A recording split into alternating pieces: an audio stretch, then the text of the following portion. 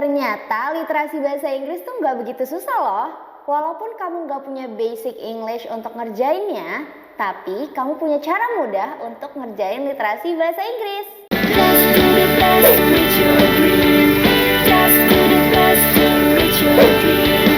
Just do the best to reach your dream. Together we can.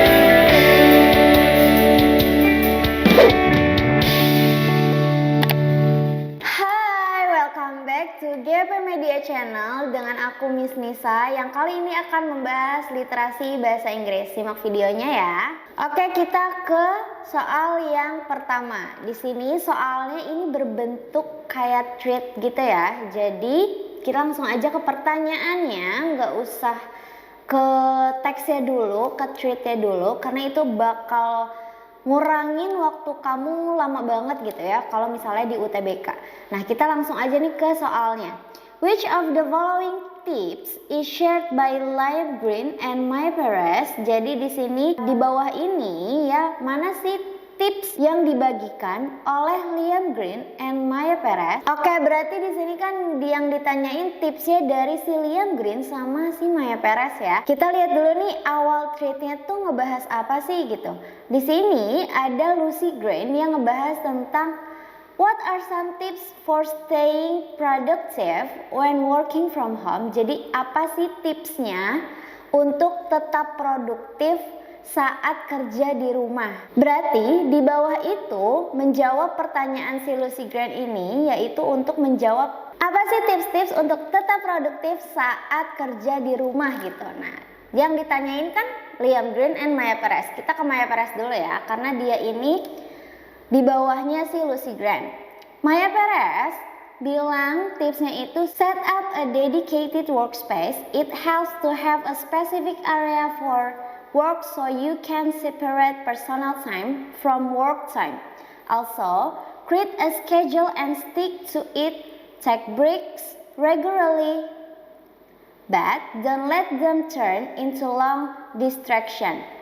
Jadi si Maya ini bilang ya, dia tuh tipsnya itu dengan menyiapkan ruang kerja khusus untuk bekerja. Dan itu sangat membantu untuk memisahkan antara personal time sama work time, antara waktu sendiri dan waktu kerja gitu. Dan dia juga membuat schedule atau jadwal dan menempelkan schedule itu. Terus dia tipsnya juga take breaks regularly. Nah, dia ini beristirahat secara teratur. Tapi dengan beristirahat secara teratur ini tidak, don't let them turn into long distraction. Jangan biarkan itu tuh berubah menjadi distraction atau gangguan yang berkepanjangan gitu. Sekarang kita lihat lagi ke Liam Green, teksnya Liam Green ya. Di sini Liam Green share tips. One of the best things I have done is to limit my social media usage while working. I'll only check it during my breaks. It's easy to get distracted, but staying focused has really helped me get more done.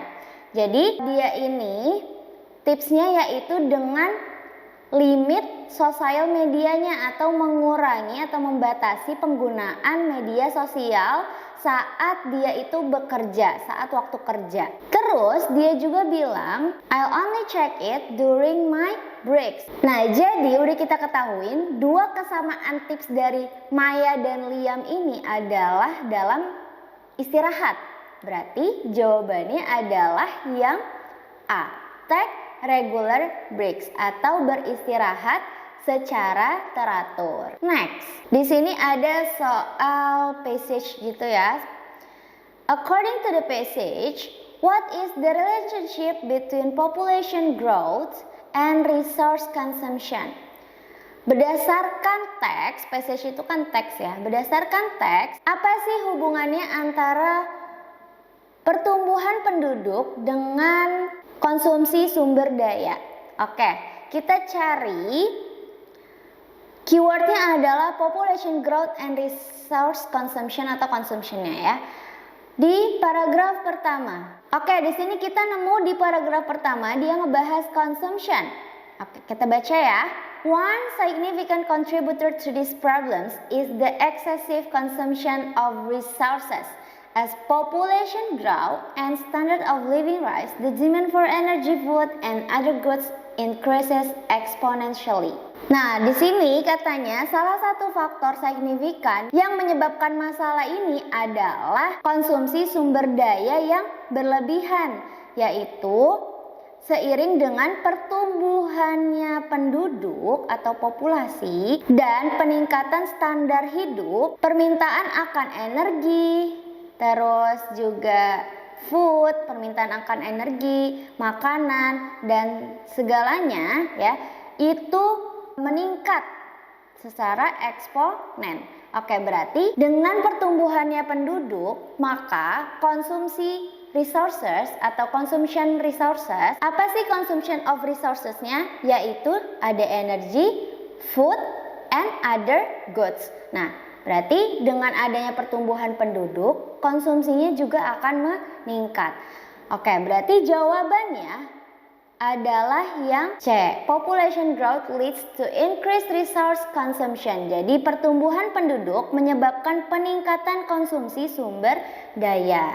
Oke, next. The italicized word they in paragraph 1 refers to. Jadi italicized ini kata yang digaris miring dengan, yaitu katanya they di paragraf 1 itu mengacu pada apa gitu ya.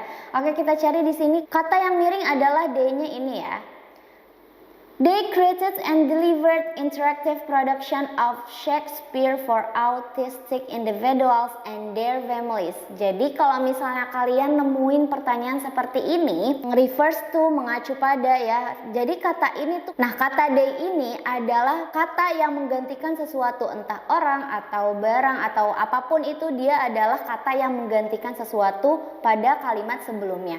Jadi kalau ada soal kayak gini, kita tuh ke kalimat sebelumnya dulu. Nah, kalimat sebelumnya itu apa? Ada researchers in this study work in collaboration with flute theater.